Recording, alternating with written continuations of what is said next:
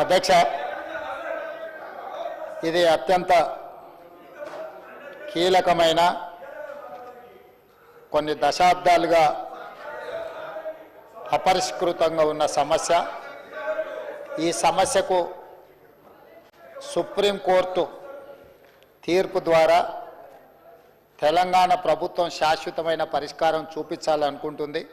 సభ్యులందరూ కూడా సహకరించి ఎస్సీ ఉపకులాల వర్గీకరణకు సంబంధించిన ప్రకటనను, ఈ ప్రకటన తర్వాత ప్రభుత్వం చేపట్టబోయే చర్యలను సమర్థించవలసిందిగా కోరుకుంటూ, తమరి అనుమతితో తెలంగాణ రాష్ట్రంలో షెడ్యూల్డ్ కులాలలోని ప్రత్యేక వర్గాల ఉపవర్గీకరణ డాక్టర్ జస్టిస్ షమీం అఖ్తర్ ఏకసభ్య కమిషన్ నివేదికపై రాష్ట్ర ప్రభుత్వం తరఫున ఈ ప్రకటన చేస్తున్న అధ్యక్ష.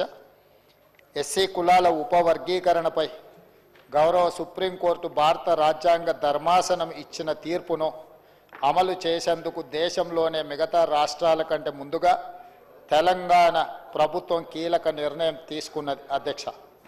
ఎస్సీ రిజర్వ్డ్ కేటగిరీలో ఉపవర్గీకరణపై పంజాబ్ రాష్ట్ర ప్రభుత్వం versus Davinder Singh and others civil appeal number 2017/2011 తేదీ 1/8/2024 కేసులో తీర్పు వెలువడింది. అదే రోజున 2024 ఆగస్టు 1వ తేదీన ఇదే శాసనసభలో రాష్ట్ర ప్రభుత్వం సుప్రీంకోర్టు రాజ్యాంగ ధర్మాసనానికి మనస్ఫూర్తిగా కృతజ్ఞతలు తెలియజేసింది. ఎస్సీ వర్గీకరణ అమలుకు రాష్ట్రం ప్రభుత్వం కట్టుబడి ఉంది అని చెప్పి ప్రకటన చేసింది. అధ్యక్ష, ఎస్సీ వర్గీకరణ అమలు చేసే బాధ్యతను మా మిత్రులు, మా మంత్రివర్గ సహచరులు మేమందరం తీసుకుంటామని అదే రోజున ఎస్సీ సోదరులకు మాట ఇచ్చాము. ఈ ప్రక్రియలో భాగంగా న్యాయపరమైన ఇబ్బందులు తలెత్తకుండా రాష్ట్ర ప్రభుత్వం అప్పటి నుంచే కార్యాచరణ చర్యలు చేపట్టింది. గౌరవ సుప్రీంకోర్టు రాజ్యాంగ ధర్మాసనం ఇచ్చిన తీర్పును అధ్యయనం చేయటం, ఈ తీర్పుతో ముడిపడి ఉన్న వివిధ అంశాలను జాగ్రత్తగా పరిశీలించి ముందుకు వెళ్ళే మార్గాలను సూచించడంతో పాటు అవసరమైన సిఫారసులు చేయాలని కోరుతూ 2024 సెప్టెంబర్ 12వ తేదీన నీటిపారుదల పౌర సరఫరాల శాఖ మంత్రి ఉత్తమ్ కుమార్ రెడ్డి గారి అధ్యక్షన మంత్రులు దామోదర్ రాజనరసింహ, దుద్దిల్ల శ్రీధర్ బాబు, శ్రీ పొన్నం ప్రభాకర్, శ్రీమతి ధనసరి అనసూయ సీతక్క, ఎంపీ మల్లు రవి సభ్యులుగా కమిటీని నియమించింది. కమిటీ పలు దఫాలుగా సమావేశమై విస్తృత చర్చలు జరిపింది. ఇతర రాష్ట్రాల్లోని ఎస్సీల ఉపకులాల వర్గీకరణ అమలు తీరును అధ్యయనం చేసేందుకు సీనియర్ అధికారుల బృందాన్ని పంజాబ్, హర్యానా, తమిళనాడు రాష్ట్రాలకు పంపించింది. సుప్రీంకోర్టు తీర్పు అమలుకు అనుసరించాల్సిన విధానాలపై రాష్ట్ర న్యాయశాఖ కార్యదర్శి, రాష్ట్ర అడ్వకేట్ జనరల్ నుంచి న్యాయ సలహాను స్వీకరించింది. విస్తృత సమావేశాలు, సంప్రదింపుల అనంతరం వర్గీకరణపై లోతైన అధ్యయనం కోసం ఏకసభ్య న్యాయ కమిషన్ను వేయాలని కమిటీ సిఫార్సు చేసింది. అధ్యక్ష, కమిటీ సిఫార్సు ప్రకారం రాష్ట్ర ప్రభుత్వం 2024 అక్టోబర్ 11వ తేదీన డాక్టర్ జస్టిస్ షమీం అఖ్తర్ గారి ఆధ్వర్యంలో ఏకసభ్య న్యాయ కమిషన్ను జీవో 8 ద్వారా ఏర్పాటు చేసింది. 60 రోజుల వ్యవధిలో కమిషన్ తమ నివేదికను అందించాలని అందులో నిర్దేశించింది. గడువులోగా ఈ ప్రక్రియ పూర్తి కానందున 2025 జనవరి 11వ తేదీన మరో 30 రోజుల పాటు ఫిబ్రవరి 10 తారీఖు వరకు ఈ కమిషన్ గడువును ప్రభుత్వం పొడిగించింది. కమిషన్ యొక్క విధి విధానాలు ఈ విధంగా ఉన్నాయి. అధ్యక్ష, తెలంగాణ రాష్ట్రంలోని ఎస్సీ కులాలు, ఉపకులాల హేతుబద్ధమైన వర్గీకరణకు అందుబాటులో ఉన్న జనాభా గణన సమాచారాన్ని పరిగణలోకి తీసుకొని శాస్త్రీయ పద్ధతిలో చేపట్టాలి. ఎస్సీల్లోని వివిధ ఉప సమూహాల మధ్య ఉన్న అంతరాలను గుర్తించేందుకు సమగ్ర అధ్యయనాలు నిర్వహించాలి. రాష్ట్ర ప్రభుత్వ ఉద్యోగ అవకాశాలు, విద్యా సంస్థల్లో ప్రవేశాల్లో తగినంత ప్రాధాన్యత లేకపోవడం దృష్టి పెట్టాలి. ఎస్సీలోని ఉప సమూహాల మధ్య సామాజిక, ఆర్థిక, రాజకీయ, విద్యాపరంగా వెనుకబాటుతనానికి సంబంధించి వివిధ కోణాలను పరిశీలించాలి.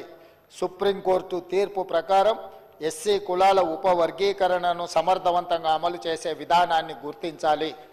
రిజర్వేషన్ ప్రయోజనాలను షెడ్యూల్డ్ కులాలలోని వివిధ ఉపసమూహాలకు పంపిణీ చేసేందుకు చేపట్టవలసిన ఇతర చర్యలను సూచించాలి. 2024 నవంబర్ 11వ తేదీన విచారణ కమిషన్ బాధ్యతలు స్వీకరించింది.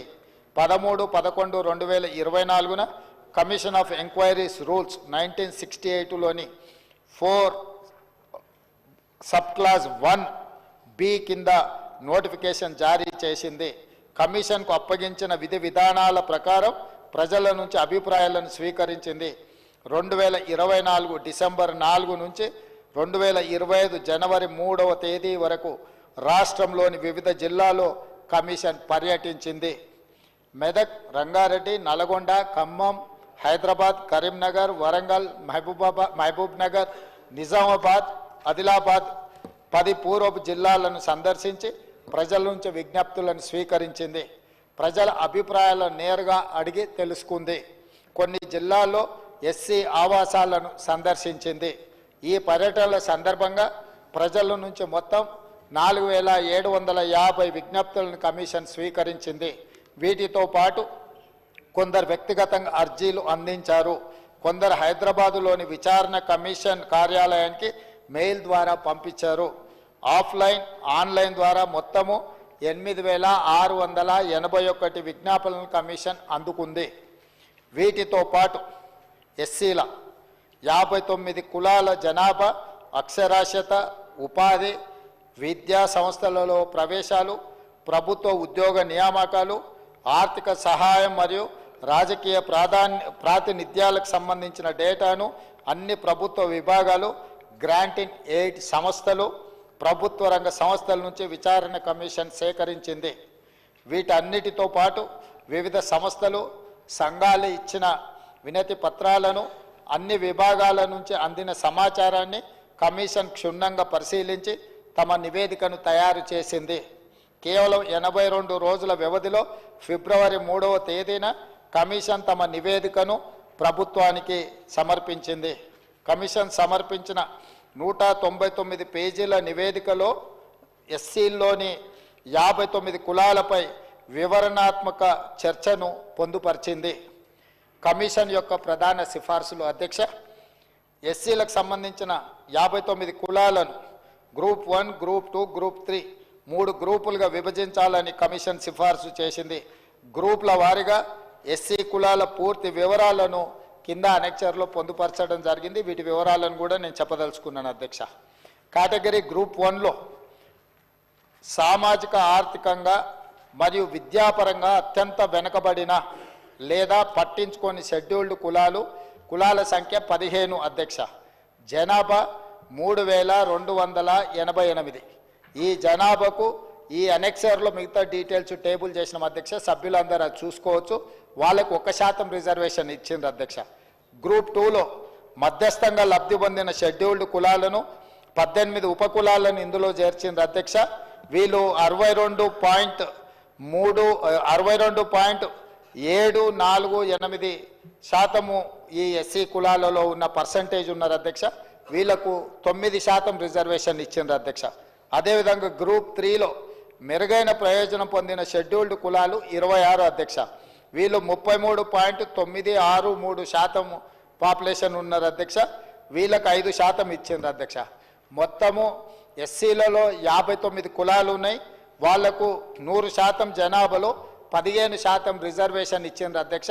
గ్రూప్ 1 కేటగిరీ కింద వచ్చే 15 కులాలకు 1% ఇచ్చిండ్రు.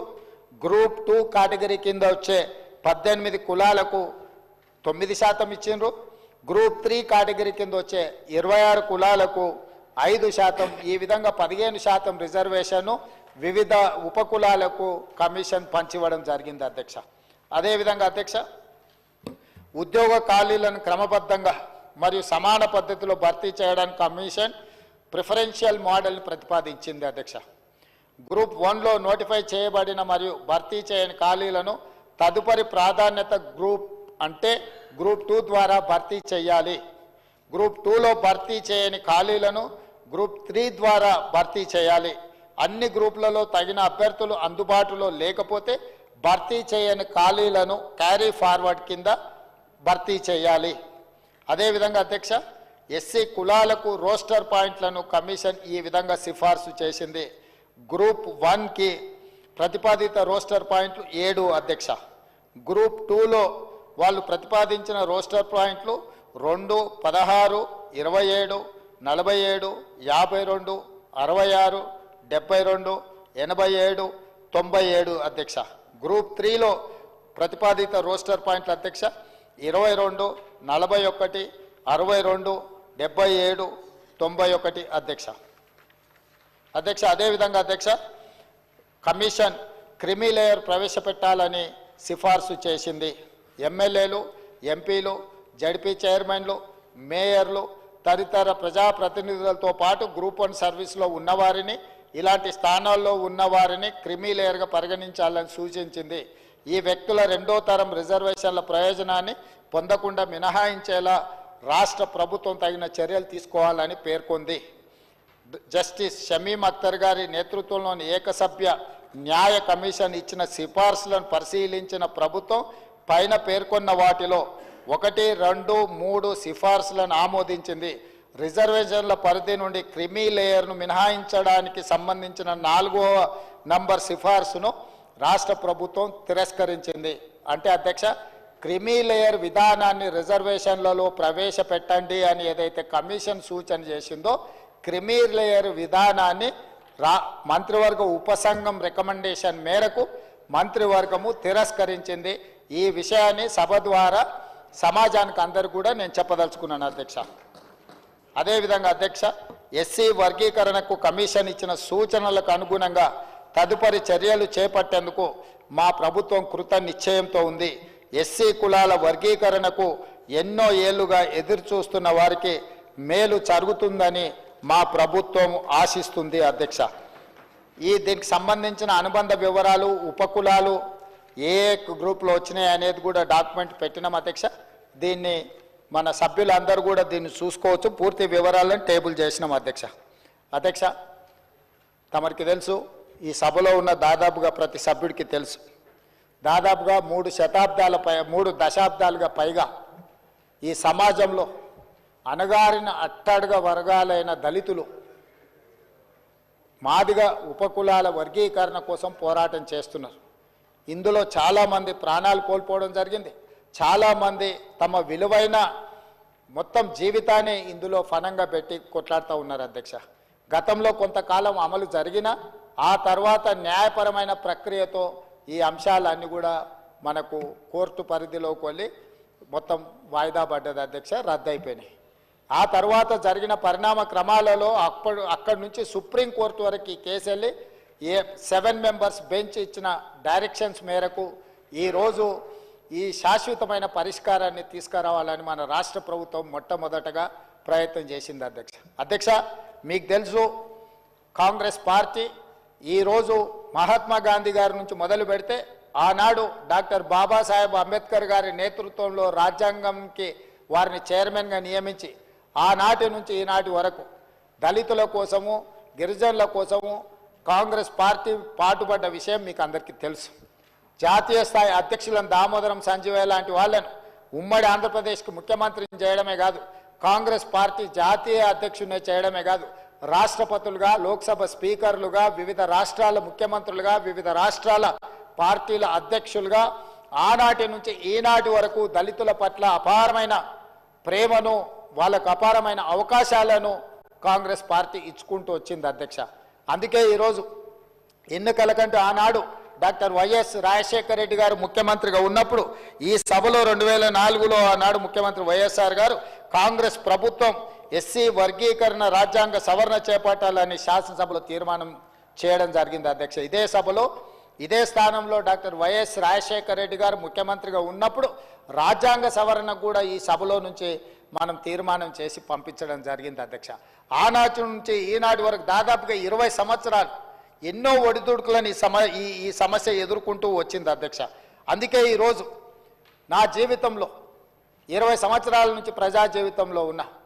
ఈ 20 సంవత్సరాలలో నాకు నిజంగా ఏదైనా ఆత్మ సంతృప్తిని కలిగించింది, నిజంగా నా జీవిత కాలంలో ప్రజా జీవితంలో నేను చేయగలిగిన గొప్ప పని ఏదైనా ఉంది అని అంటే ఈరోజు ఈ వర్గీకరణను అమలు చేయడం ద్వారా, అదేవిధంగా బలహీన వర్గాలకు సంబంధించిన కులగణన వాళ్ళ యొక్క సామాజిక ఆర్థిక సర్వేను చేయడం ద్వారా ఒక ప్రజాప్రతినిధిగా నాకు నా రాజకీయ జీవితానికి ఒక పరిపూర్ణత వచ్చిందని నేను ఈరోజు భావిస్తున్నా అధ్యక్ష. ఇది సాంకేతికంగా ట్రాన్సాక్షనల్ రిలేషన్గానో లేకపోతే ఏదో యాంత్రికంగా ఈ వ్యవహారాన్ని చేయడం లేదు అధ్యక్ష. మానసికంగా ఎంతో ఆలోచన చేసి ఒక ప్రజాప్రతినిధికి జీవిత కాలంలో కొంతమందికి అవకాశాలు రావు. చాలామంది ముఖ్యమంత్రులు ఈ రాష్ట్రంలో తెలంగాణ రాష్ట్రానికి నాకంటే ముందున్నోళ్ళకి కానీ ఉమ్మడి రాష్ట్రంలో దాదాపుగా 16 సార్లు ముఖ్యమంత్రులు ఉన్నోళ్లకు రాని అవకాశం ఈరోజు నాకు తమరి ద్వారా ఈరోజు ఈ అవకాశం వచ్చింది అధ్యక్ష. నిజంగా ఈ సందర్భాన్ని చరిత్ర నా రాజకీయ జీవితంలో ఏ రోజైనా నా కోసం నేను గుర్తు పెట్టుకునేది కానీ నా కోసం ఒక పేజీ ఏదైనా రాసుకోవాల్సి వస్తే ఈ రోజున ఫిబ్రవరి 4, 2025ను నేను తప్పకుండా అందులో పొందుపరుస్తానని చెప్పి ఈ సందర్భంగా తమ దృష్టికి తీసుకొస్తున్నా అధ్యక్ష. ఈ వర్గాలు ఎంతసేపు ఉన్నా చాలా రాజకీయ పార్టీలు ఓటు బ్యాంకుగానే చూసినాయి తప్ప ఆ సమస్యకు శాశ్వత పరిష్కారాన్ని చూపించాలని ఆలోచన చేయలేదు. అందుకే ఈరోజు ఈ సమస్యకు శాశ్వత పరిష్కారం చూపించడం ద్వారా సమాజంలో దశాబ్దాలుగా తరతరాలుగా నిర్లక్ష్యానికి లోనై దోపిడికి గురై ఈ సమాజం మా పట్ల ఈ విధంగానే ఉంటుందని సమాజం మీద విశ్వాసం కోల్పోయే సందర్భంలో సంపూర్ణమైన విశ్వాసాన్ని సమాజం మీద, కాంగ్రెస్ పార్టీ మీద, మా ప్రభుత్వం మీద వాళ్ళకు కల్పించడానికి ఈ అవకాశం నాకు వచ్చింది. దీన్ని అమలు చేసే బాధ్యత ఈరోజు మా ప్రభుత్వం తీసుకుంటుంది అధ్యక్ష. ఈ ప్రక్రియలో చాలా విషయాలు లోతుగా ఉన్నాయి. వీటన్నిటిని విశ్లేషించడం, వీటన్నిటిని పరిష్కరించాలన్న ఆలోచనతోటి ఈరోజు మా మంత్రివర్గ సహచరులు వాళ్ళందరూ కూడా ఉత్తమ్ కుమార్ రెడ్డి గారు, పెద్దలు అన్న దామోదర్ రాజనరసింహ గారిని సుప్రీంకోర్టులో కేసు ఉన్నప్పుడు ఎమ్మెల్యేలు, మా సహచర ఎమ్మెల్యేలు అందరినీ దామోదర్ రాజనరసింహ గారి నేతృత్వంలో ఢిల్లీకి పంపించి సుప్రీంకోర్టులో న్యాయ ఉద్దండులను, పంజాబ్ వర్సెస్ యూనియన్ ఆఫ్ ఇండియాలో ఉన్న కేసులను వీటన్నిటిని కూడా ఈరోజు మేము న్యాయ నిపుణులను పెట్టి అక్కడ వాదించిపించి ఈ సమస్యకు ఒక పరిష్కారాన్ని చూపించాలనుకున్నాం. అందుకే సుప్రీంకోర్టు ఇచ్చిన తీర్పు వెలువడిన మరుక్షణమే ఇదే సభలో ఇక్కడే నిలబడి ఈ సమస్యకు శాశ్వత పరిష్కారాన్ని మా ప్రభుత్వం చూపిస్తుంది, మా చిత్తశుద్ధి ఉంది అని చెప్పినాం. ఈరోజు దామోదర్ రాజనరసింహ గారు, ఉత్తమ్ కుమార్ రెడ్డి గారిని, పొన్నం ప్రభాకర్ గారిని, మా అక్క సీతక్కను మనస్ఫూర్తిగా అభినందిస్తున్నా. అతి తక్కువ సమయంలో అత్యంత సంక్లిష్టమైన సమస్యకు శాశ్వత పరిష్కారాన్ని చూపించే విధంగా ఈరోజు ప్రవేశపెట్టిన బీసీ కులగణన కావచ్చు, లేకపోతే ఈరోజు మాదిగ ఉపకులాల వర్గీకరణ కావచ్చు, ఇవి చరిత్రలో నిలిచిపోయే అంశాలు అధ్యక్ష. ఇలాంటి చరిత్రలో నిలిచిపోయే అంశాలను మంత్రివర్గ ఉపసంఘంగా వాళ్ళు బాధ్యత నిర్వహించడం, వాళ్ళు ఇచ్చిన తీర్మానాలను, వాళ్ళు ఇచ్చిన ప్రతిపాదనలను మంత్రివర్గంలో పెట్టి ఆమోదించడం సభానాయకుడిగా నా జీవితానికి ఒక పరిపూర్ణత వచ్చింది అని చెప్పి నేను ఈరోజు భావిస్తున్నాను అధ్యక్ష. ఈరోజు మీరు ఆలోచన చేయండి, వాళ్ళ కోసం ప్రభుత్వాలు ఈరోజు వాళ్ళని ఆదుకోవడానికి ప్రభుత్వాలు ముందుకు రాకపోతే ఈరోజు ఈ ప్రభుత్వాల మీదనే విశ్వాసం కోల్పోయే పరిస్థితి ఉంది అధ్యక్ష. అందుకే ఈరోజు ఈ మాదిగ ఉపకులాలకు సంబంధించిన కేటగరైజేషన్ విషయంలో అందరూ సహకరించాలి. ఈరోజు ఆయా తామాషా ప్రకారం వాళ్ళ ఆర్థిక స్థితిగతుల ప్రకారం ఈరోజు రిజర్వేషన్ల పట్ల కమిషన్ ఈరోజు రికమెండేషన్స్ ఇచ్చింది. ఈ రికమెండేషన్స్ అన్నిటిని కూడా ఈరోజు మనం ఆమోదించాల్సిన అవసరం ఉన్నది అధ్యక్ష. అందుకే ఈరోజు ఈ సభల దీని మీద నాకు తెలిసి ఏ పార్టీకి కూడా, ఏ సభ్యుడికి కూడా దీని పట్ల అభ్యంతరం ఉంటుందని నేను అనుకోవడం లేదు అధ్యక్ష. ఎందుకంటే చాలా నిశితంగా గమనించి జ్యుడిషియల్ కమిషన్ ఇచ్చిన రికమెండేషన్స్ని ఈరోజు సభలో పెట్టినాం అధ్యక్ష. అందుకే ఈరోజు మనం దేశంలోనే ఈ విషయంలో ఆదర్శంగా నిలబడదలుచుకున్నాం. అందుకే పార్లమెంట్లో శ్రీ రాహుల్ గాంధీ గారు నిన్న కులగణన మీద కానీ, ఈ ఎస్సీ కేటగరైజేషన్ మీద కానీ వారికి ఉన్న చిత్తశుద్ధి, వారు ఇచ్చిన డైరెక్షను, వారు ఇచ్చిన సూచనను ఈరోజు కాంగ్రెస్ పార్టీ అధ్యక్షుడిగా మల్లికార్జున్ ఖర్గే గారు ఉన్నారు అధ్యక్ష. ఒక block Congress president block Congress నుంచి ఏఐసిసి అధ్యక్షుడు కాగలిగిండు అని అంటే ఒక దళిత బిడ్డ, మన ఆనాటి హైదరాబాద్ ఉమ్మడి రాష్ట్రానికి సంబంధించిన వాడు, మనవాడు, మనం గొప్పగా మనవాడని చెప్పుకునే మల్లికార్జున్ ఖర్గే ఈరోజు ఏఐసిసి అధ్యక్షుడిగా ఉన్నాడు, రాజ్యసభలో ఫ్లోర్ లీడ్గా ఉన్నారు అంటే ఈరోజు కాంగ్రెస్ పార్టీ వల్లనే ఇది సాధ్యమైంది. కాంగ్రెస్ పార్టీ ఎస్సీ ఎస్టీలకు ఎంత ప్రాధాన్యత ఇస్తుందో ఈ నియామకం ద్వారా ఈరోజు నిరూపితమైంది. అందుకే మల్లికార్జున్ ఖర్గే గారి నేతృత్వంలో నడుస్తున్న ఈ పార్టీ లోక్సభలో లీడర్ ఆఫ్ అపోజిషన్గా ఉన్న రాహుల్ గాంధీ గారి డైరెక్షన్లో ఈరోజు మా పార్టీ, మా మంత్రివర్గం అందరం పనిచేస్తున్నాం. మంత్రివర్గ సభా నాయకుడిగా ఈరోజు ఇది తూచా తప్పకుండా అమలు చేస్తాం. దీనికి సంపూర్ణంగా ఈ సభలో ఉండే సభ్యులందరూ పూర్తిగా సహకరించండి. ఇలాంటి సామాజిక సమస్య, ఎన్నో రోజులు జటిలంగా మారిన సమస్యను పరిష్కరించడానికి ఈ సభ మొత్తం సహకరించుకొని ముందుకు వెళ్తే మిగతా రాష్ట్రాలకు మనము ఆదర్శంగా నిలబడే అవకాశం ఉంటుంది. ఒకనాడు ఇదే సభలో నేను, సండ్ర వెంకట వీరయ్య గారు, సంపత్ కుమార్ గారు అడ్జర్న్మెంట్ మోషన్ ఇస్తే ఆనాటి సభా నాయకులు, ఆనాటి ప్రభుత్వం మమ్మల్ని సభల నుంచి బహిష్కరించింది. కానీ ఈనాడు ఈ సభలో మాదిగా ఉపకులాల వర్గీకరణ కోసం అడ్జర్న్మెంట్ మోషన్ ఇస్తే సభలో నుంచి బహిష్కరించబడ్డ నేను ఈరోజు సభానాయకుడిగా ఇక్కడ ఉండి దీన్ని అమలు చేయడానికి ప్రతిపాదనలు ప్రవేశపెట్టడం అంటే రాజకీయము, ప్రజాస్వామ్యము, డాక్టర్ బాబాసాహెబ్ అంబేద్కర్ గారు మనకిచ్చిన రాజ్యాంగం ఎంత గొప్పదో ఈరోజు మనం అర్థం చేసుకోవచ్చు అధ్యక్ష. అందుకే డాక్టర్ బాబాసాహెబ్ అంబేద్కర్ స్ఫూర్తిగా రంగుల గోడలు, అద్దాల మేడలు అభివృద్ధి కాదు, నిజమైన పేదవాడికి, చివరి వాడికి సంక్షేమ పథకాలు చేరినప్పుడే, ప్రభుత్వం యొక్క విధి విధానాలు అందినప్పుడే అభివృద్ధి జరిగినట్టు అని డాక్టర్ బాబాసాహెబ్ అంబేద్కర్ గారు ఏదైతే చెప్పినరో ఆ స్ఫూర్తితో మా ప్రభుత్వం ముందుకు వెళ్తుంది. ఈ ప్రతిపాదనను అందరూ మనస్ఫూర్తిగా ఆమోదించి ఈ ప్రభుత్వానికి అండగా నిలబడాల్సిందిగా కోరుకుంటూ మీ అందరి దగ్గర సెలవు తీసుకుంటున్నా అధ్యక్ష.